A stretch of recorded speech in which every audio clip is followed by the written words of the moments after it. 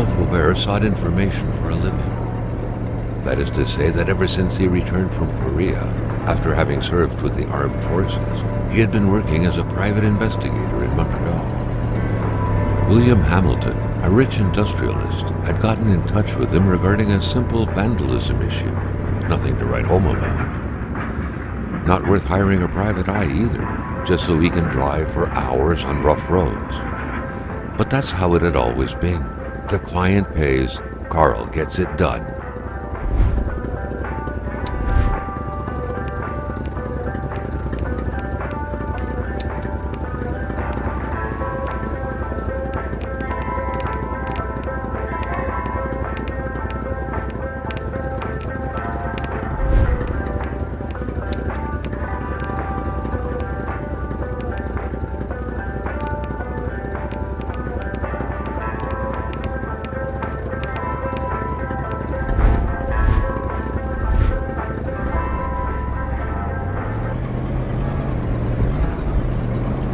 They had set up to meet at the general store, his client's business.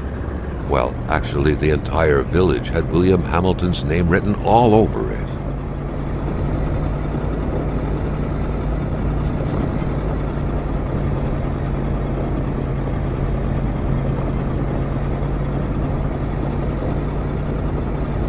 When the roads were bad, muddy, or snowed in, it was customary around these parts to close them off. But it was also customary to ignore those signs entirely and drive there anyway.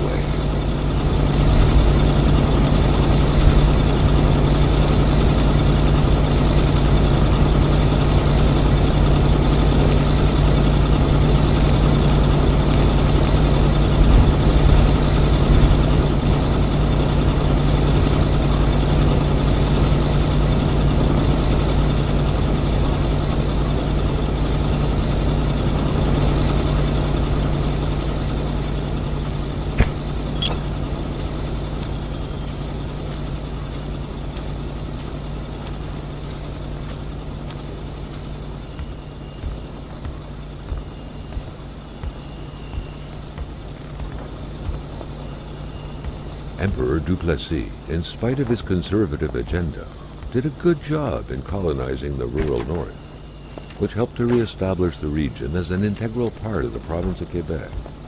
The blue fleur-de-lis could be seen fluttering in the wind here and there, taunting the red Canadian flags on the other side of the province's boundaries.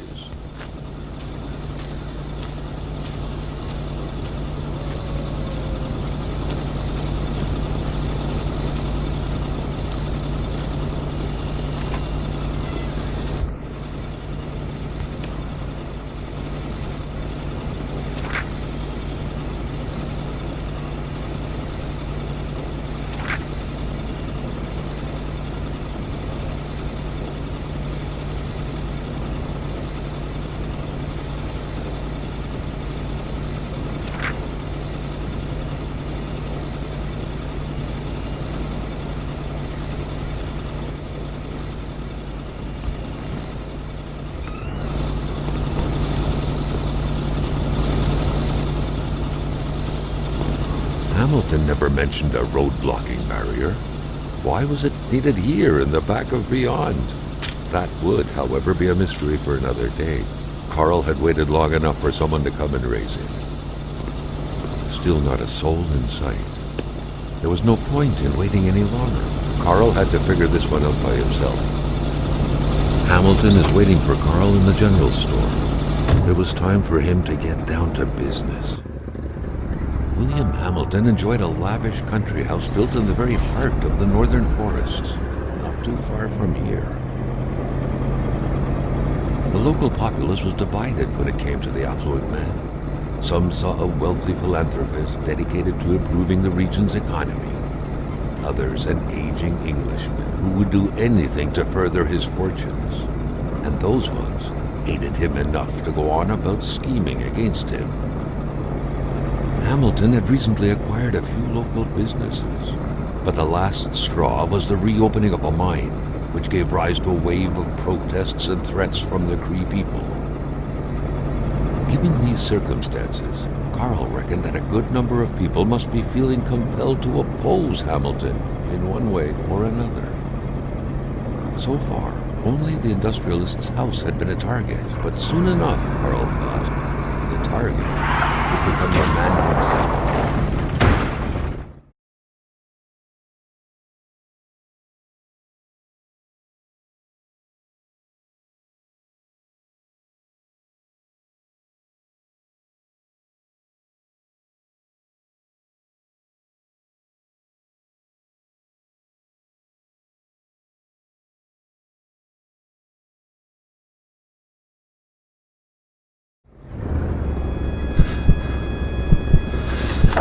Carl needed to get out of there.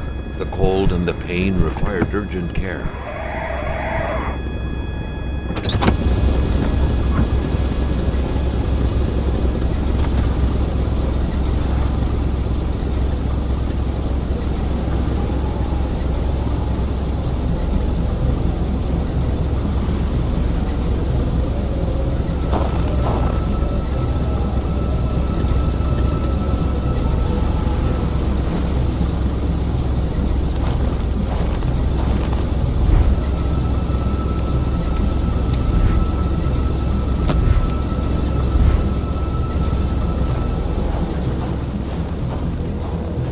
The driver had taken off.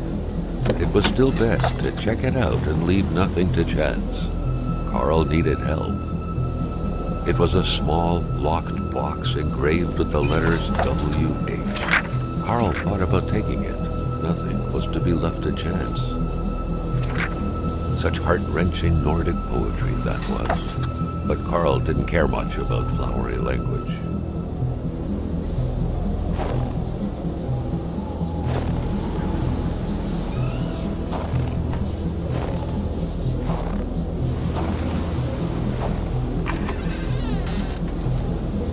It was so cold. Already Carl did not feel his toes anymore.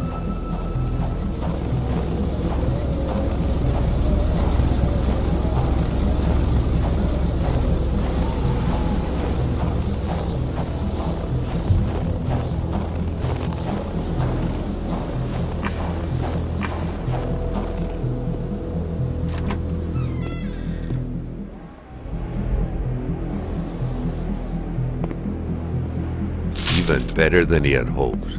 Carl Faubert had succeeded once more, and was now on his way to new adventures.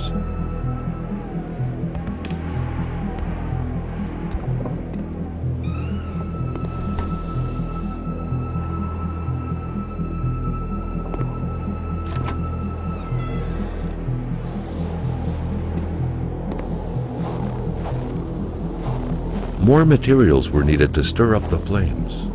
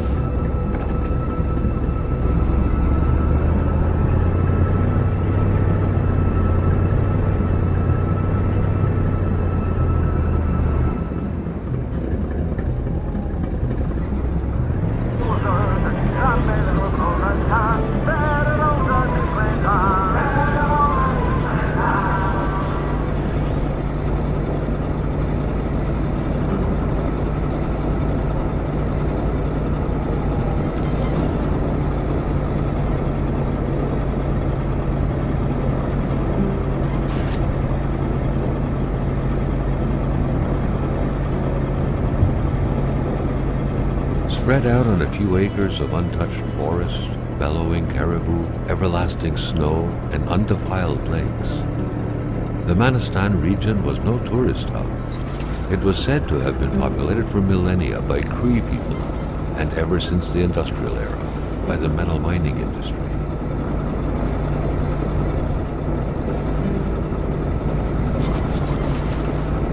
The truck was running on fumes. Good thing that the general store was close by.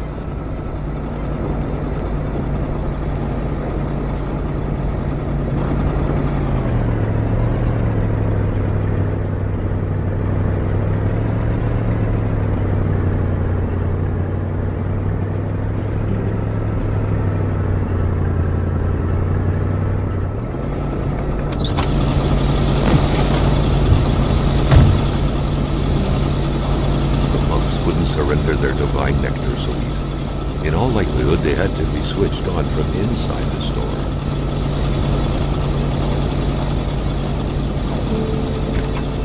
The milkman had to drive by every week to fill the bottles. The fresh milk indicated a recent visit. Something fell to the bottom of the box.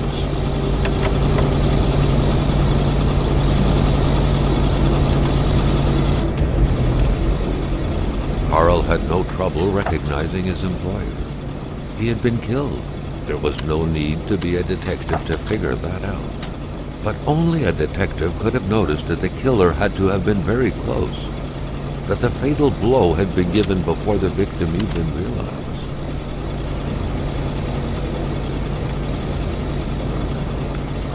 Carl felt a chill down his spine and had a terrifying realization. If Hamilton was dead, then who was going to pay him?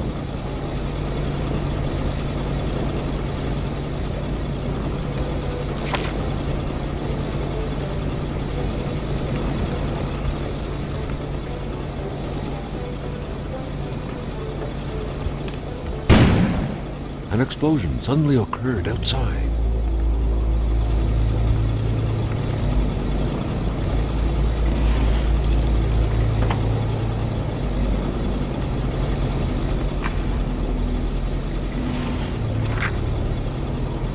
According to that log, it seemed like the whole village owed some money to the general store. Carl was far more interested in the bunch of nearby addresses he had just gotten his hands on, though.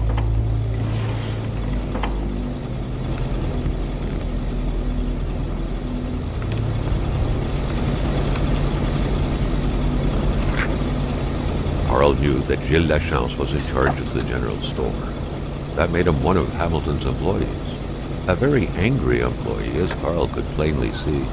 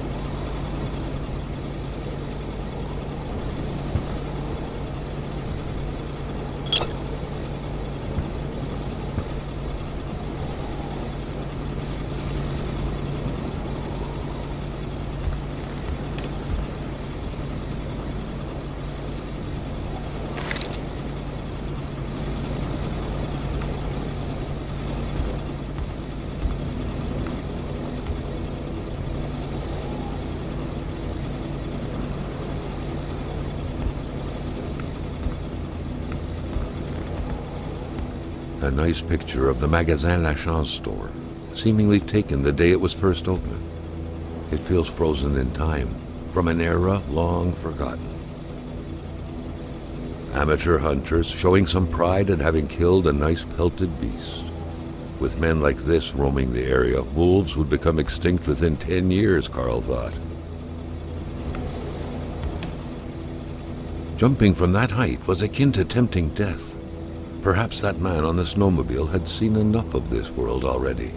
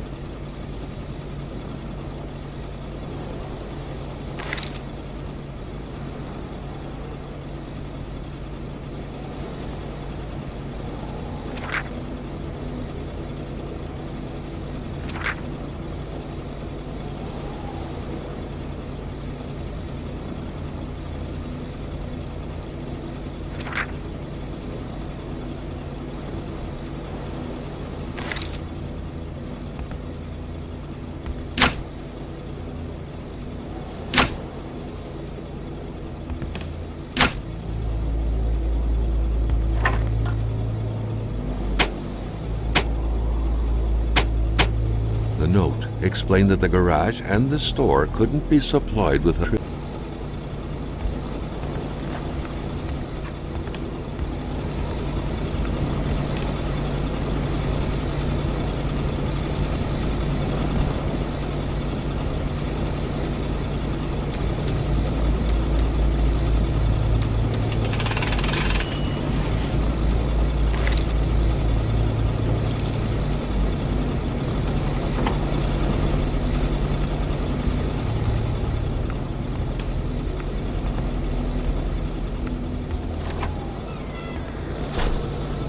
Maintaining his composure, Carl recalled something from his military training.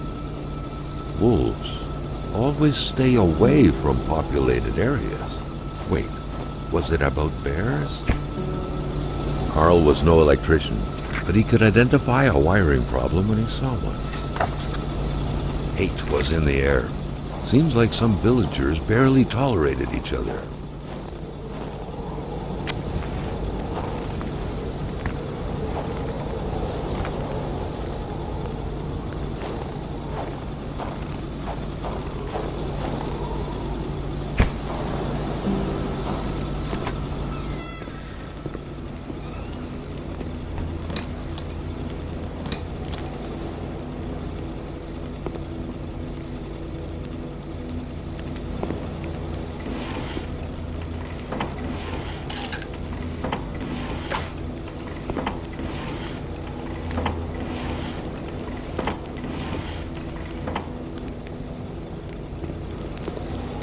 Staring intently at the controls won't be enough to make that lift budge.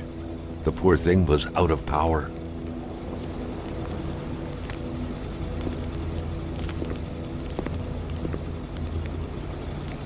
The crowbar was stuck under the lift. Notwithstanding Carl's imposing stature, car lifting wasn't part of his skill set yet.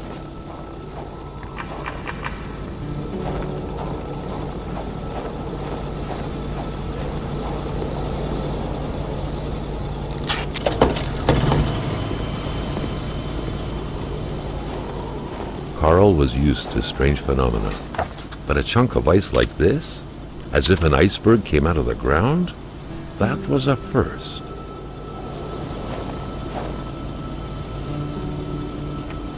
Prince? Carl found a surprise at every turn. Was the camera faulty, or was there a possible lead?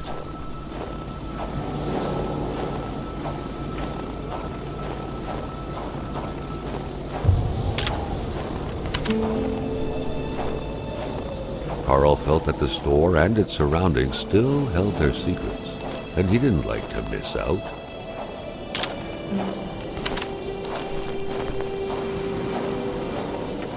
Carl wondered what the hell could that thing be. It looked like a man fossilized in ice. All of a sudden, Carl felt like he was pulled inside a world of dreams, a cold, unknown dimension. Somehow, self-control was slipping from his grasp.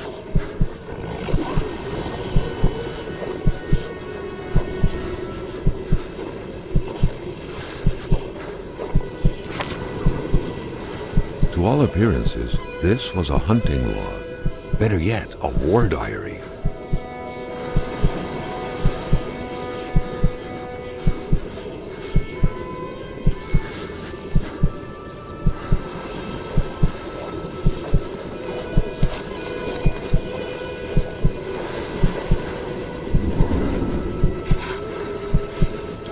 What could these engraved numbers mean? A fresh path suddenly appeared before Carl.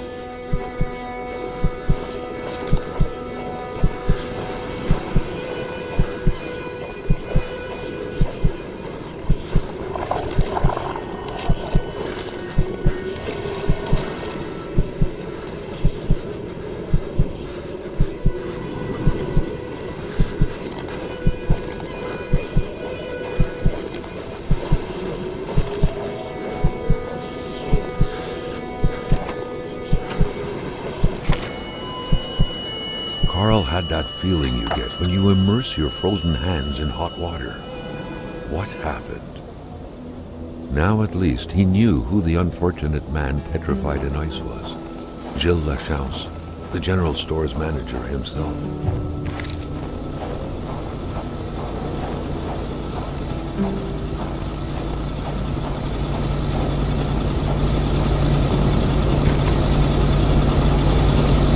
The murder weapon. What was that doing there, Carl wondered. Hamilton must have been determined to keep some information secret to post this key. Shame he got unlucky. Everything made sense now. Poor Hamilton's denunciation was interrupted, and he figured it would be best to lock everything up and send the key to his correspondent, who would receive the box later on. Clever, but not enough. That's what happens to ordinary people playing spy.